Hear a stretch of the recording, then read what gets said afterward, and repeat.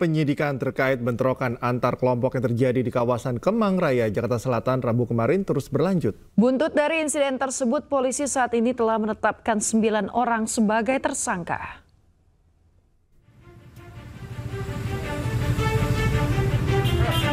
Kepolisian menetapkan 9 orang sebagai tersangka dalam insiden kericuhan di kawasan Kemang Raya, Mampang Perapatan, Jakarta Selatan. Petugas sebelumnya mengamankan 25 orang serta menyita sejumlah senjata tajam, antara lain 4 pucuk senapan angin dan 3 bilah parang.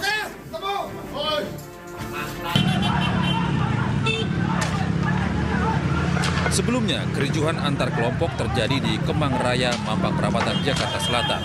Keributan pecah pada Rabu pagi, di mana 2 kelompok terlibat saling lempar menggunakan batu, kayu, serta senjata laras panjang di lokasi yang disengketakan. Berdasarkan informasi, bentrokan dipicu sengketa lahan di mana salah satu kelompok berusaha memasuki sebidang tanah. Namun di sisi lain, sekelompok orang yang mengaku sebagai ahli waris tanah tersebut menolak kehadiran mereka. Anggota Polsek Mampang dibantu Polres Jakarta Selatan langsung mendatangi lokasi kejadian hingga situasi dapat dikendalikan. Dari Jakarta, Tim Liputan iNews melaporkan. Kurang dari 24 jam, polisi berhasil menangkap preman yang bentrok di kawasan Kemang, Jakarta Selatan. Selain pelaku, polisi juga mengamankan sejumlah barang bukti berupa senapan angin dan senjata tajam.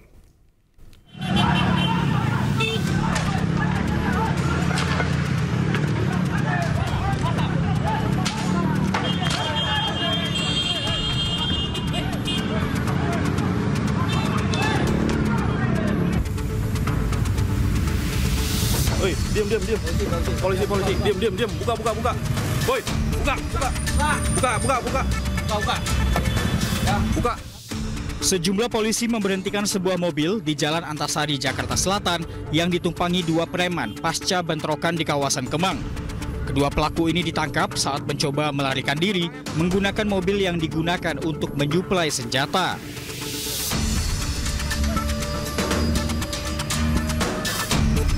Pria berinisial AK dan MAG yang diduga menjadi pelaku utama kemudian digiring ke sebuah rumah di kawasan Kemang yang diduga menjadi tempat penyimpanan senjata.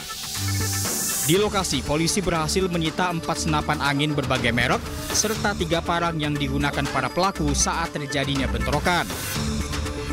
Sejumlah pelaku dan barang bukti termasuk 1 unit mobil dan 9 telepon genggam kini diamankan di Polres Metro Jakarta Selatan. Polisi juga tengah mendalami peran dan identitas masing-masing pelaku. Pemirsa, viral di media sosial, seorang pasien diduga ditolak di Rumah Sakit Universitas Hasanuddin Makassar. Namun pihak rumah sakit membantah hal tersebut. Rumah sakit bukan menolak pasien, namun saat itu ruangan IGD Unhas sedang penuh. Oh iya, jelas lah. Masalah apa? Dilarang merekam di rumah sakit. Ya, tapi ini kondisi pasien bagaimana? Itu kondisi pasien. Iya. Yang kita tarik. Kenapa kita tarik saya? Aksi dugaan penolakan pasien kritis saat tiba di ruang instalasi gawat darurat terjadi di Rumah Sakit Unhas Makassar viral di media sosial. Tapi jangan kita tarik. Kenapa? Saya diperintahkan juga. Dalam video viral, seorang dokter diduga tidak langsung memberikan pertolongan kepada pasien yang berada di ambulans. Dia tarik. Pasien saja di atas sini. Dia tidak tindak ya. Pasiennya begini kondisi pasien Nah, lihat aja. Ini dokternya.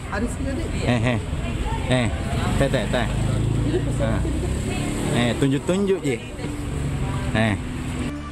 Namun pihak Rumah Sakit Unhas Makassar membantah adanya penolakan pasien kritis sesuai dengan video yang viral di media sosial. Pihak rumah sakit menyebut tidak pernah menolak pasien, namun saat itu ruang IGD sedang penuh. Dokter pun melakukan perawatan saat pasien di ambulans. Waktu itu dokter kami itu ingin mengajak si pembuat video itu untuk melihat bahwa lihat di dalam itu ada 2 orang yang sementara antri untuk masuk ke dalam gitu. Untuk menunjukkan bahwa ini memang tidak memungkinkan kita lakukan perawatan di dalam. Tapi bukan berarti bahwa ditolak. Perawatan dilakukan saat itu juga. Dan setelah dilihat kondisinya betul bahwa dia dalam keadaan sakit tetapi tidak terlalu kritis begitu, tidak terlalu darurat, sehingga kemudian segera dilakukan tindakan. Dan malam itu tidak sampai 1 jam kemudian dia sudah ditangani di dalam IGD, dan pada sekitar pukul 2 dini hari itu kemudian sudah ditempatkan di perawatan. Oh begitu Pak. Kita merekam Pak. Oh iya jelas lah. Masalah Pak. Dilarang merekam di rumah sakit. Ya tapi ini kondisi pasien Pihak rumah sakit juga masih mencari pria yang diduga sengaja membuat video viral tersebut, sebab keluarga pasien yang ada dalam video tidak mengenal pria tersebut dan bukan sopir ambulans. Bayangnya ini dokter ya, dia tarik-tarik saya, memaksa ini. Dari Makassar, Sulawesi Selatan, Dio Yusfin, iNews melaporkan. Ke informasi berikutnya pemirsa, pemerintah Provinsi Jawa Barat menggagas program pembinaan bagi pelajar bermasalah dengan menempatkan di barak militer. Program tersebut akan dilaksanakan pada 2 Mei pada hari ini, maksudnya pemirsa, yang bertujuan membentuk disiplin, membenahi pola hidup, serta membangun karakter anak yang sulit diatur di lingkungan rumah. Ya, ini siswa-siswa sudah masuk ke mobil resimen 1 Kostrad. Ya, mereka akan mengikuti pendidikan dan rata-rata mereka adalah tawuran, merokok, bahkan ada yang pakai narkoba. Pak Danmen, saya nitip anak-anak harapan bangsa ya. Siap, laksanakan. Ya, laksanakan. Mudah-mudahan ke depannya bisa masuk Akademi Angkatan Darat, Amin. Akademi Angkatan Udara, Amin. Akademi Angkatan Laut, Amin. Akademi Kepolisian, IPDN. Mudah-mudahan jadi balagar. Maraknya kasus tawuran serta pelajar yang terlibat geng motor membuat pemerintah Provinsi Jawa Barat mengeluarkan aturan khusus untuk memiliterisasikan anak yang bermasalah. Program ini bertujuan membentuk karakter disiplin dan tanggung jawab. Peserta akan mengikuti pendidikan khusus di bawah pengawasan TNI Polri selama 1 tahun, sementara status sekolahnya tetap terdaftar di SMP atau SMA asal dengan kelas khusus.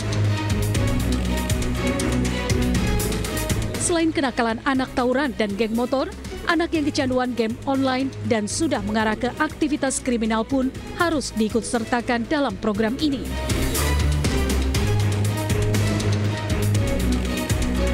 Rencananya program akan dimulai pada 2 Mei 2025 dengan peserta anak-anak bermasalah atau terlibat tindak kriminal.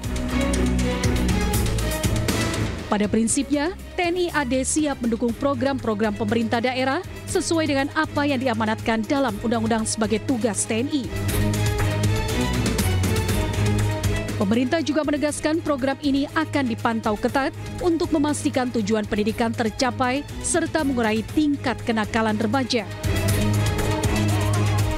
Dari Bandung, Jawa Barat, Ervan David, iNews melaporkan.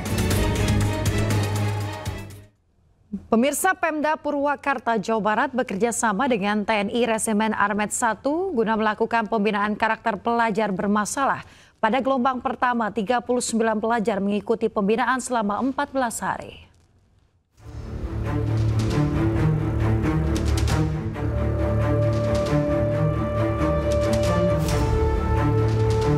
Puluhan pelajar tingkat SMP sederajat mengikuti pembinaan karakter gelombang pertama untuk dilatih kedisiplinan oleh TNI di Resimen Armet 1 Purwakarta, Jawa Barat, Kamis siang.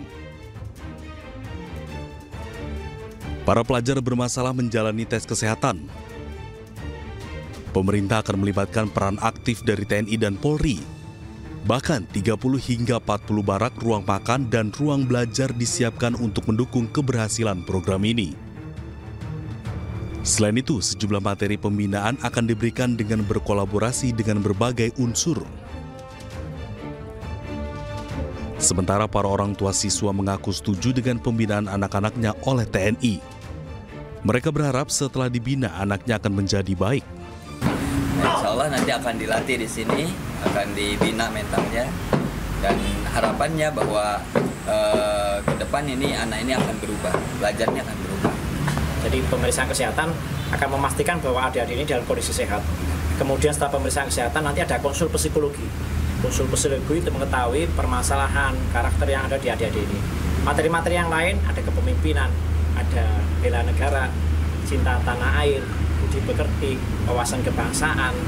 Kemudian ada materi outbound, ada materi pembinaan jasmani. Pembinaan jasmani apa? Berolahraga. Karena mensana in corpore sano, kalau dia tubuhnya sehat diharapkan memiliki jiwa yang sehat. Sehingga materi-materi itulah yang kurang lebih nanti akan dilaksanakan selama kurun waktu 2 minggu. Para pelajar bermasalah akan mengikuti pembinaan selama 14 hari. Sedangkan sasaran utama dari program ini yakni siswa yang mengalami kesulitan saat dibina oleh sekolah atau mereka yang terlibat dalam pergaulan bebas dan tindakan kriminal. Dari Purwakarta, Jawa Barat, Irwan Aijus melaporkan. Pembinaan karakter pelajar bermasalah pada gelombang pertama diikuti sebanyak 39 pelajar selama 14 hari untuk melatih kedisiplinan oleh TNI di Resimen Armet 1 Purwakarta, Jawa Barat. Dan berikut kita simak cuplikan dialog bersama Kadisdik Purwakarta Purwanto, Ketua Lembaga Pelindungan Anak Indonesia Seto Mulyadi, serta orang tua salah satu siswa peserta barak militer dalam program iNewsroom. Penanganannya, kegiatan ini dilakukan bersama, kita juga standby di situ, dari Dinas Kesehatan, dari Dinas Sosial P3A juga ada di situ. Kemudian kita dalam pelaksanaannya juga tetap anak-anak tersebut mendapatkan pelajaran dari sekolah. Kita ingin membiasakan anak-anak itu dengan pola hidup yang terbiasa dengan hal-hal positif, mulai dari bangun tidur sampai tidur lagi. Ini adalah upaya kita untuk menguatkan karakter anak-anak kita dengan karakter-karakter yang positif. Nah, ini dilakukan secara kolaboratif dengan materi-materi yang di situ banyak kita berpikir banyak bermanfaat untuk anak-anak, mulai dari pelajaran, kemudian olahraga, kemudian kerohanian, kemudian outbound, dan lain sebagainya. Jadi ini tetap adalah anak. Jadi mohon tidak dengan cara-cara militer. Artinya prinsipnya kedisiplinannya boleh itu diambil, jadi tetap harus ramah anak atau layak anak istilahnya. Ini yang selalu dikampanyekan juga oleh Kementerian Pemberdayaan Perempuan dan Perlindungan Anak, bahwa apakah itu di sekolah, apa di masyarakat, di kota, makanya ada kabupaten kota layak anak dan sebagainya, maka pendidikan juga harus layak anak. Jadi demi kepentingan terbaik bagi anak, makanya sangat apresiasi bahwa ini juga ada pendampingan guru BK, ada psikolog dan sebagainya, supaya masalah kejiwaan anak juga tetap terpantau. Ini adalah hak tumbuh dan berkembang bagi anak-anak. Jadi bahkan kami kalau diizinkan, mungkin melalui Bapak Purwanto, kami dari LPI juga ingin meninjau keadaan itu di sana, sehingga betul-betul semua optimal sesuai dengan tadi adalah demi membangun karakter profil pelajar Pancasila tadi. Kuatkan hubungan Australia dengan Indonesia. Aussie Beef and Lamb bersama New South Wales Government hadirkan NSW Beef Escapade dengan tema Taste Excellence. Perkenalkan kekayaan kuliner Australia kepada konsumen Indonesia menjadi tujuan kampanye promosi ini dilaksanakan.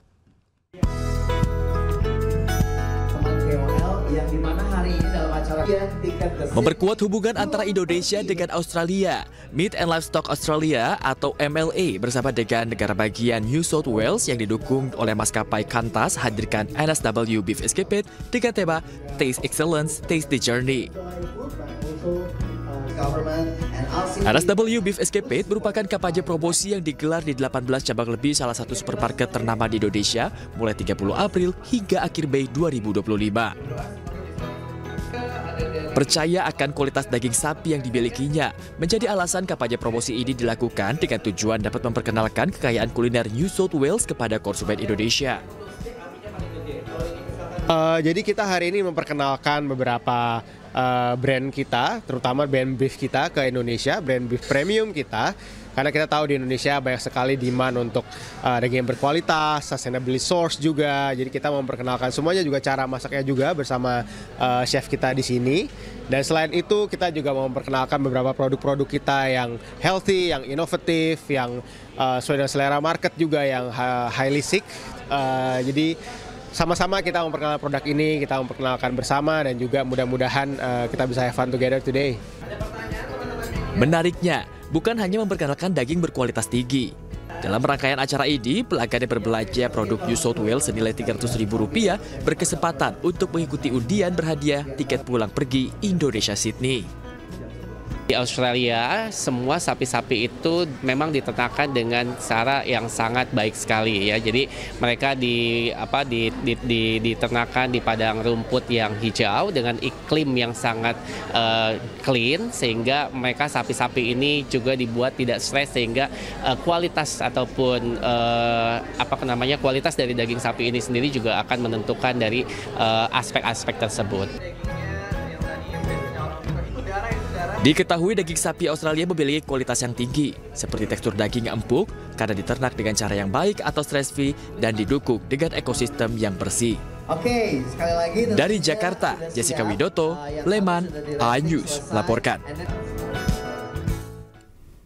PT Perusahaan Listrik Negara Persero atau PLN terus berkomitmen dalam membangun ekosistem kerja yang mendukung kesetaraan gender dan kepemimpinan perempuan di sektor energi. Dengan menggelar PLN Gender Summit 2025, acara ini mendukung transformasi menuju kesetaraan gender yang dilakukan oleh PLN.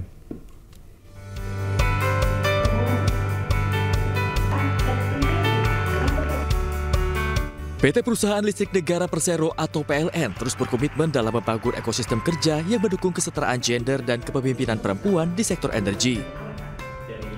Upaya tersebut dilakukan salah satunya dengan menggelar PLN Gender Summit 2025 dengan tema Sustainability and Equality. Komitmen yang telah ditujukan PLN dalam kesetaraan gender dinilai akan mampu mendorong transformasi menuju kesetaraan gender dan inklusi sosial yang selaras dengan cita Presiden Republik Indonesia Prabowo Subianto. Kesetaraan gender telah menjadi bagian strategi perusahaan PLN, sehingga hal ini tercermin dengan telah meningkatnya jumlah perempuan di posisi struktural dengan ditopang kemampuan skill yang mumpuni dan mendukung transisi energi yang berkelanjutan. PT PLN Persero telah memberikan kesempatan yang luar biasa untuk perempuan-perempuan yang ada di PT PLN. Jadi bukan karena harus ada kuota, bukan karena harus ada affirmative action atau apa gitu ya, tetapi ini berangkat dari kesadaran bahwa yang bekerja itu adalah manusia, tidak dilihat laki atau perempuannya, sehingga mereka harus mendapatkan kesempatan yang sama untuk mengembangkan diri, untuk berpartisipasi lebih banyak lagi terhadap pembangunan di Indonesia. Dalam hal ini memang awalnya adalah bagaimana kita melihat bahwa dalam progres perjalanan karir, baik itu perempuan dan laki-laki, kita memberi kesempatan yang sama. Kita membangun suatu iklim yang sangat kondusif bagi perempuan untuk tumbuh dan berkembang. Itu saja dari awal kita membangun core kompetensi baru, technical skill baru, di mana perempuan menjadi salah satu program utama kami. Pemerintah pun mengapresiasi capaian PLN sebagai BUMN pertama yang meraih sertifikasi Economic Dividends for Gender Equality. Pasalnya capaian PLN yang telah diraih untuk menjadi bukti bahwa kesetaraan gender di sektor energi bukanlah hal yang mustahil. Dari Jakarta, Ricky Anwardi, iNews laporkan. Pemirsa, sejumlah figur wanita inspiratif menerima penghargaan dalam Moments Inspiration Awards 2025 yang diselenggarakan iNews Media Group di iNews Center Jakarta. Salah satunya adalah Louis Scarlett yang menerima kategori dalam Woman in Advocacy karena dedikasinya menginspirasi ibu rumah tangga.